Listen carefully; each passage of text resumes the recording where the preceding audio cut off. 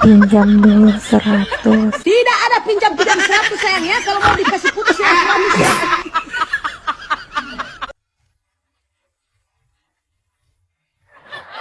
Apa?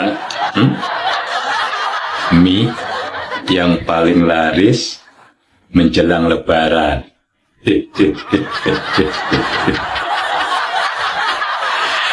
Ya, mikirin THR.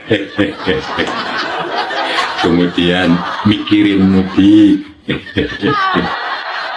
Kemudian mikirin bikin ketupat. Kemudian mikirin baju Lebaran.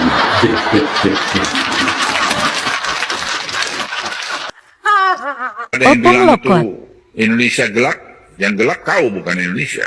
Jadi kalau tidak kurang, ya kau pergi ke surga aja. Saya mau menuju ke surga. Jadi kalau anda pengen semua perfect, ya kau pergi surga saja menuju ke sana. Pak, Pak, mana revisi UT ini Pak? Pak revisi UT ini Pak bagaimana Pak? Pak revisi UT ini bagaimana baiknya Pak?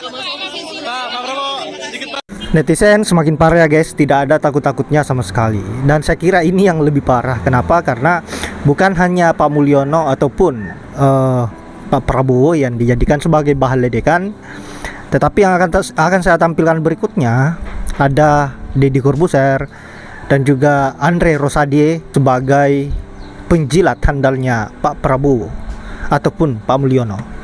Nah, saya kira bukan hanya lucu apa yang ditampilkan oleh netizen ini, tapi apa yang menjadi penyampaiannya sangat cerdas. Seperti ketika mengcounter apa yang menjadi nyinyiran Deddy Corbuzier yang mendukung pengesahan RUU TNI, kemudian dibalas oleh netizen dengan cara yang lucu dan cerdas. Untuk itu tanpa berlama-lama langsung saja kita simak dulu bagaimana kelucuan para netizen ini yang lagi dan lagi mampu menghibur kita semua sebagai rakyat Indonesia. Untuk itu langsung saja ke videonya. Ini video agak berbeda. Ini video agak berbeda juga. Dan pertama kali nih, karena saya akan bicara dan berlaku sebagai staf khusus Menteri Pertahanan di video ini.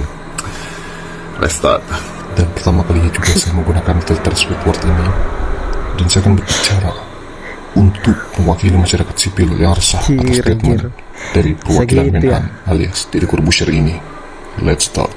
Seperti yang teman-teman tahu dan dari berita yang beredar di mana-mana, kemarin rapat panja revisi rancangan undang-undang TNI yang merupakan amanat konstitusi diganggu. Diganggu katamu? Menurut siapa terms diganggu itu berlaku? Apakah menurutmu karena demo? Demo itu tidak perlu izin. Demo itu hanya perlu pemberitahuan kepada pihak yang berwajib sesuai dengan Undang-Undang Nomor 9 tahun 1998. Diganggu secara sengaja oleh sekelompok orang yang tidak dikenal. Dia mengatakan bahwa demo itu diganggu oleh orang tidak dikenal. Padahal yang melakukan demo adalah pihak dari Kontras. Kontras adalah seorang NGO yang memiliki nama kepanjangan Komisi untuk Orang Hilang dan Korban Kekerasan. Kontras juga bagian dari koalisi masyarakat sipil yang diantaranya mencakup organisasi seperti YLBHI, Imparsial, Amnesty International, dan yang lainnya. Dengan cara berteriak-teriak hingga mencoba untuk menerobos masuk ruang rapat secara paksa. Apakah smart people ini sudah melihat videonya secara utuh? Tidak ada yang memasuki ruang rapat secara paksa. Mereka melakukan aksi secara damai, membawa flyer, tidak melakukan aksi dorong-dorong seperti yang dilakukan oleh pihak keamanan yang berada di dalam ruang itu. Lagi pula, mengapa rapatnya dilakukan secara tertutup? Padahal sebenarnya dan seharusnya rapat itu dilakukan di gedung DPR. Jika untuk kepentingan rakyat, mengapa rapatnya tidak dilaksanakan di gedung DPR, yakni gedung Dewan Perwakilan Rakyat, namun alih-alih dilakukan di Hotel Bintang 5 yang merupakan hotel yang sangat elit dan juga mewah? Dan mengapa juga rapatnya tidak dilakukan secara live streaming? Apakah untuk menutup transparansi agar masyarakat tidak mengetahui isi rapat tersebut? Sebagai Kementerian Pertahanan, kami akan selalu menghargai, menghormati, dan mempertimbangkan segala macam bentuk kritik dan masukan dari manapun. Apakah kamu yakin dengan statementmu itu, Bapak Deddy Corbuzier yang terhormat? Namun yang terjadi kemarin bukanlah sebuah bentuk kritik atau masukan yang membangun, tapi merupakan tindakan ilegal dan melanggar hukum. Yang melawan hukum justru rapat tersebut. Mengapa? Karena rapat tersebut tidak melibatkan partisipasi publik dan tidak sesuai dengan amanat konstitusi karena dilakukan secara tertutup. Sebagaimana yang tercantum dalam pasal 28D Undang-Undang Dasar tahun 1945 tentang hak atas informasi dan partisipasi atas kebijakan publik. Tapi gini, gue mau jelasin dulu bahwa rapat kemarin itu adalah resmi, konstitusional, dan tidak lagi membahas hal-hal seperti dui fungsi TNI. Bahkan Bapak Menteri Pertahanan Pak Syafri Syamsuddin itu sudah berkali-kali menegaskan, kalau ditanya juga, bahwa dui fungsi TNI itu sudah dikubur sejak dulu. Dedi mengucapkan hal itu karena beliau merupakan bagian dari rezim. Jelas dia akan membela orang-orang yang telah memberikannya kesempatan untuk mewakili Kementerian Pertahanan. Namun dalam kenyataannya, draft Undang-Undang TNI membuka peluang untuk dui fungsi untuk jabatan sipil buat para prajurit yang aktif. Semoga kita semua menjadi smart people. Kenapa kepala gua miring-miring terus kalau tag video? Ada yang bisa jawab? Kenapa? Nah, ini Andre. Diserang ribuan buzzernya Ahok. Tampang gua ada kayak mirip buzzernya Ahok. Enggak.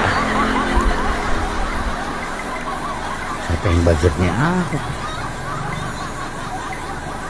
Cuma gue mau nanya kepada orang-orang yang nonton nih, jadi gue, kalau ada orang yang menolak penyelidikan kasus korupsi Pertamina, jawabannya apa? Jawab di kolom komentar biar si kader satu ini tahu bahwa kita anggota pendukung garis keras.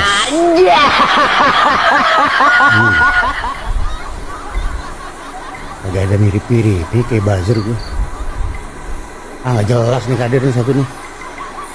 Indonesia memiliki wapres terbodoh. Waduh, gawat. Maksudnya apa ini? Hah? Berita apa ini? Hah? Jangan main-main, Ren. Buat berita ngawur gini. Gibran itu nggak bodoh. Terus? Cuman belum matang aja. Ya, karena ambisi bapaknya. Dia dipaksakan loh. Padahal secara logika masih banyak anak bangsa yang kompeten untuk menduduki kursi wapres. Tapi karena ambisi bapaknya, ya harus dipaksakan untuk melindungi keluarganya. Karena bapaknya punya kasus loh. Kalau bukan dia, si Jabran yang melindungi bapaknya, siapa lagi ya kan? Musuhnya banyak. Jadi jangan ngawur kalian. Hanya karena si Jabran itu kabur dari wartawan, kalian bilang dia bodoh. Nggak bodoh dia. Yang bodoh itu para pemujanya, para ternaknya. Mereka itu bodohnya sangat-sangat di luar nalar.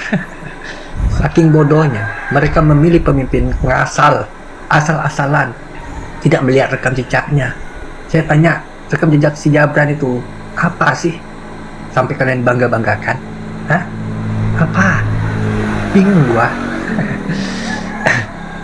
Dari presiden pertama sampai ke-8, pasti orang Jawa. Kenapa nggak ada orang Sumatera sih? Coba sekali-sekali orang Sumatera yang memimpin Indonesia ini. Gua yakin tidak ada lagi yang namanya koruptor. Karena orang Sumatera itu keras-keras. Ya maksud gua bukan Sumatera Utara ya. Saking kerasnya orang Sumatera paling benci sama koruptor. Ya, salam sehat.